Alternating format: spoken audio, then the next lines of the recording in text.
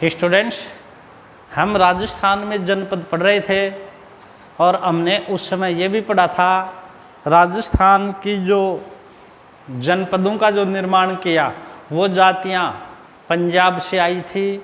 ऋग्वेद में इन जातियों का पंजाब में उल्लेख है, परंतु पंजाब में सिकंदर के आक्रमण, हिंद यवन आक्रमण, इनसे बचने के लिए ये राजस्थान में विभिन्न जगह पर जनजातियाँ आई। ये जनजातियाँ युद्ध प्रिय थी, स्वतंत्रता प्रेमी थी, तभी सिकंदर और यूनानियों के दीनता स्वीकार न कर ये राजस्थान में आई थी। तो सबसे पहले हमने मत्स्य जनपद पढ़ लिया था। मत्स्य जनपद जो कि अलवर, जयपुर, करौली, भरतपुर में था, जिसकी राजधानी विराटनगर थी। इसके बाद में कल हमने शिवी जनपद पढ़ा था। शिवी जनपद मेवाड़, चित्तौड़, भीलवाड़ा, उदयपुर में था। और कल ही हमने पढ़ा था कि शिवी जनपद की जो राजधानी थी वो मध्यमिका नगरी थी जो चित्तौड़गढ़ जिले में थी। शिवी जनपद का भी पतन गुप्त शासकों द्वारा कर दिया गया था। ये कल हमारा यहाँ तक अध्ययन हो चुका था। आज की क्लास में हम अगला महत्वपूर्ण जनपद ले रहे हैं, मालव जनपद। ये जो मालव जनपद है, मालव जनपद ये कहाँ था? ये टोंक, दक्षिणी पूर्वी राजस्थान, मेवाड़, यहाँ फैला हुआ था। खूब इम्पोर्टेंट है। जनपदों का सबसे महत्वपूर्ण प्रश्न यही होता है, कहाँ था? ये टोंक, दक्षिणी पूर्व राजस्थान, मेवाड़, मतलब टोंक में था, टोंक के पास अजमेर में था और मेवाड़ के कुछ भागों पर फैला हुआ था। चलो दूसरा देखो, जैसे अधिकांश जनपद है उन्हीं की तरह से ये जो मालव जनपद था ये 325 ईस्वी पूर्व में रावी और चिनाब नदियों के किनारे पंजाब में रहती थी। मतलब शिवियों की तरह से मालव भी ऋग्वेदिक काल में कहाँ रहते थे? पंजाब में। कौन सी नदियों के किनारे? रावी और चिनाब। वहीं से ये जनजाति भी राजस्थान में आई है। अच्छा, मालव जनजाति थी, ये अपनी सैनिक कुशलता तथा गणतांत्रिक व्यवस्था के लिए प्रसिद्ध थी। मालूम की जो शासन व्यवस्था थी वो गणतांत्रिक थी। सिकंदर के आक्रमण के समय ये नगर टोंक में आए। अब अगला खूब इम्पोर्टेंट प्रश्न बन रहा है। पहला हमारा इम्पोर्टेंट प्रश्न था कि मालव जनपद राजस्थान में कहाँ थी? टोंक, दक्षिण पूर्वी राजस्थान, अजमेर और मेवाड़ में। दूसरा प्रश्न, इनकी जो राजधानी थी वो नगर टोंक में थी। तो मालूम की राजधानी कहाँ हो गई? टोंक में।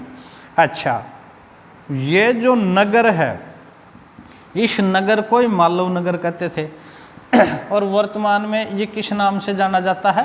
करकोट नगर। यही इनकी राजधानी थी।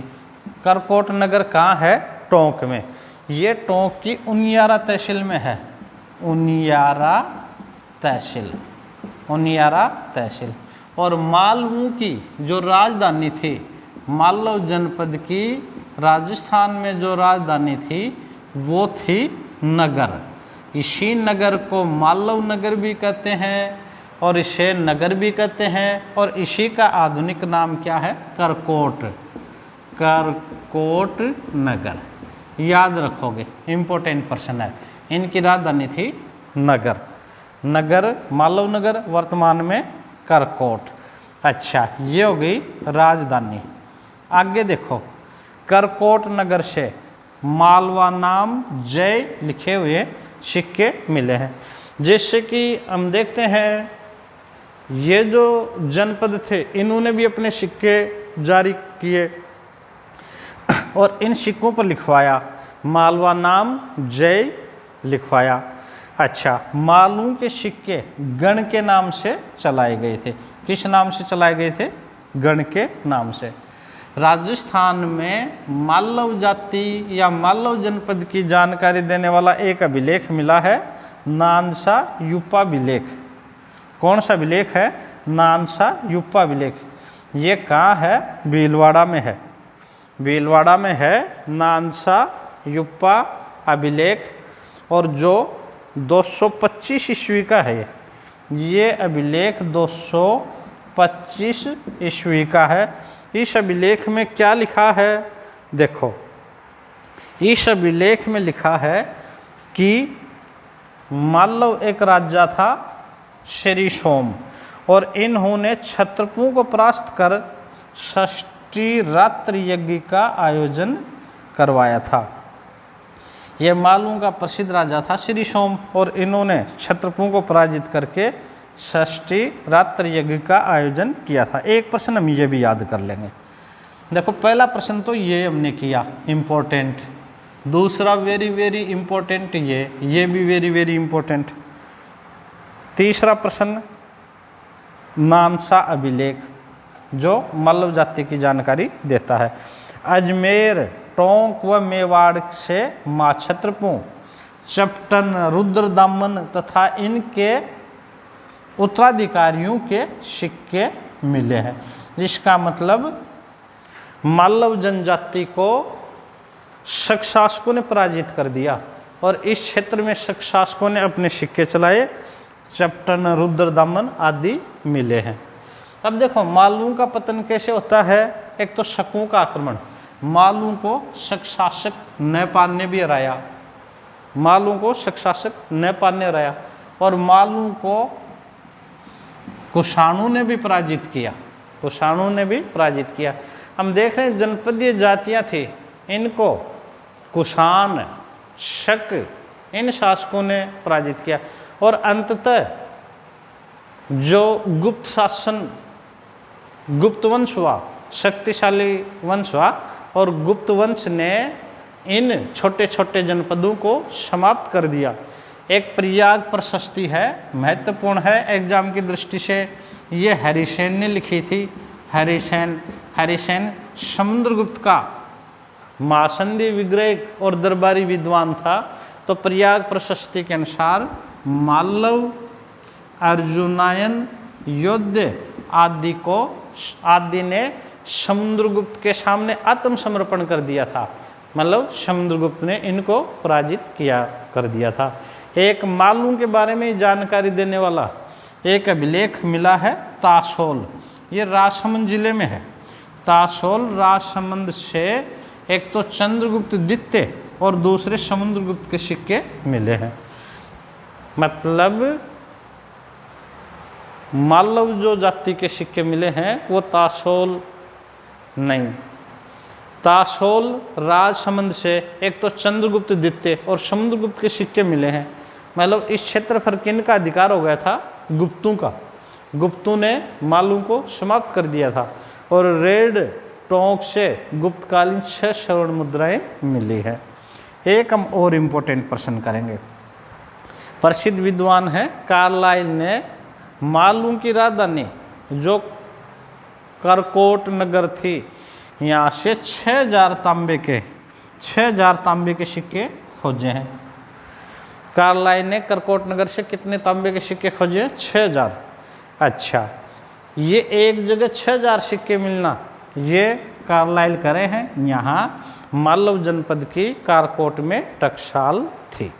तो ये हो गया हमारा जनपद मालव जनपद। मालव जनपद में एक बार पुनः इम्पोर्टेंट प्रश्न देख लें। मालव जनपद में एक तो सबसे पहले तो हम ये करेंगे कि ये राजस्थान में कहाँ था। ये टोंक, अजमेर, मेवाड़, या टोंक दक्षिणी पूर्वी राजस्थान, मेवाड़। दूसरा, इनकी राजधानी क्या थी? नगर। नगर को ही क्या बोलते थे? मालव नगर भी बोलते थे। मालव नगर मतलब नगर को ही बोलते थे नगर, मालव नगर। और वर्तमान में इसे क्या कहते हैं? कारकोट नगर। ये थी राजधानी। अच्छा, दूसरा प्रश्न, ये सैनिक कुशलता और गणतंत्रात्मक व्यवस्था के लिए जाने जाते हैं। सिकंदर के आक्रमण के वैसे ये यहाँ पर आए थे। दूसरा, इन्होंने भी अपने सिक्के चलाए जो गण नाम से प्रसिद्ध हुए, और मालवा नाम जय लिखा हुआ है। एक इम्पोर्टेंट प्रश्न ये है, नानसा यूपा विलेख से श्री सोम नामक शासक का उल्लेख मिलता है जिसने क्षत्रपों को परास्त कर षष्ठी रात्रि यज्ञ का आयोजन किया। एक प्रश्न, इनको समाप्त किसने कर दिया था? अंततः समुद्रगुप्त ने इनको समाप्त कर दिया था। और एक इम्पोर्टेंट प्रश्न कि एक साथ 6000 तांबे के सिक्के करकोट में किसने खोजे? कार्लाइल ने। तो ये हो गया था हमारा राजस्थान में मालव जनपद। केवल 3-4 प्रश्न करें तो सबसे पहले क्षेत्र टोंक, दक्षिण पूर्वी राजस्थान, मेवाड़। दूसरा राजधानी नगर, मालव नगर या करकोट। तीसरा प्रश्न 6000 तांबे की मुद्राएं कहाँ से मिली हैं? करकोट नगर से। चौथा प्रश्न नानसा युपा विलेख कहाँ से मिला है? भीलवाड़ा से, जो किस जनपद की जानकारी देता है? मालव जनपद।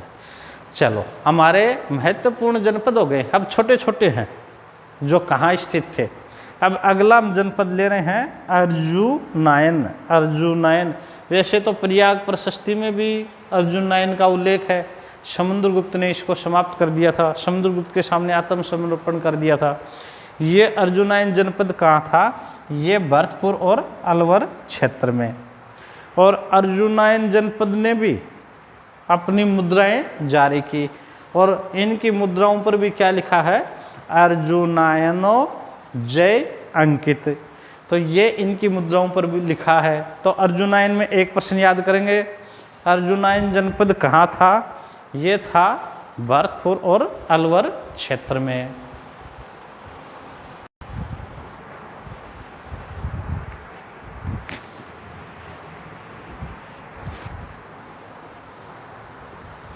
अब हम लेते हैं योद्धेय जनपद।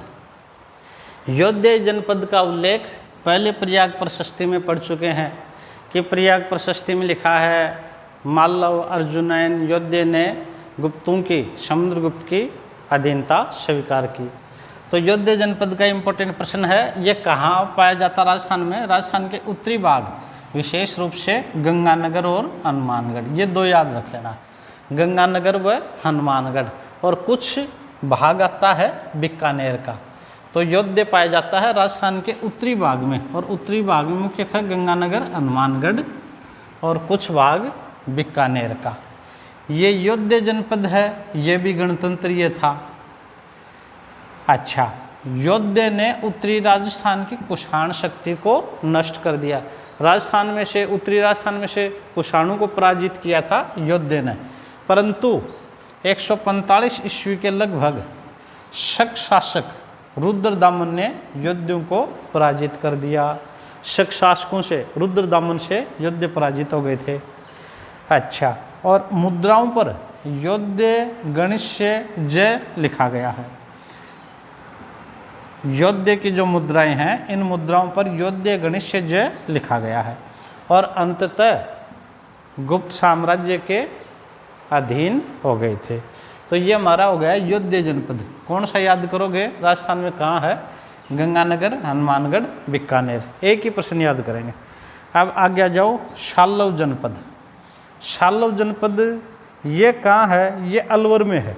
अलवर में मत्स्य जनपद के निकट था। तो शालव भी कहाँ हो गया? अलवर में मत्स्य जनपद के निकट। अच्छा, महाभारत के अनुसार शालों की राजधानी थी मर्तिकावती। महाभारत का युद्ध हुआ या महाभारत में इनकी राजधानी मर्तिकावती का उल्लेख है। फिर अगला हम जनपद लेते हैं चेदी जनपद। ये भी मत्स्य के निकट था। मत्स्य, और जहाँ शालव जनपद था ना, वहीं उनके ही पास में चेदी जनपद मत्स्य के निकट अलवर में थे। एक राजन्य जनपद। राजन्य जनपद कहाँ है? ये भरतपुर के आसपास, भरतपुर के आसपास। अगला है सूरसेन जनपद। इम्पोर्टेंट है, इससे प्रश्न पूछा था पिछले रीट में। सूरसेन जनपद की राजधानी पूछी थी। सूरसेन जनपद की राजधानी कहाँ थी? मथुरा थी। अब देखो, सूरसेन जनपद है, वैसे तो ये राजस्थान में नहीं था।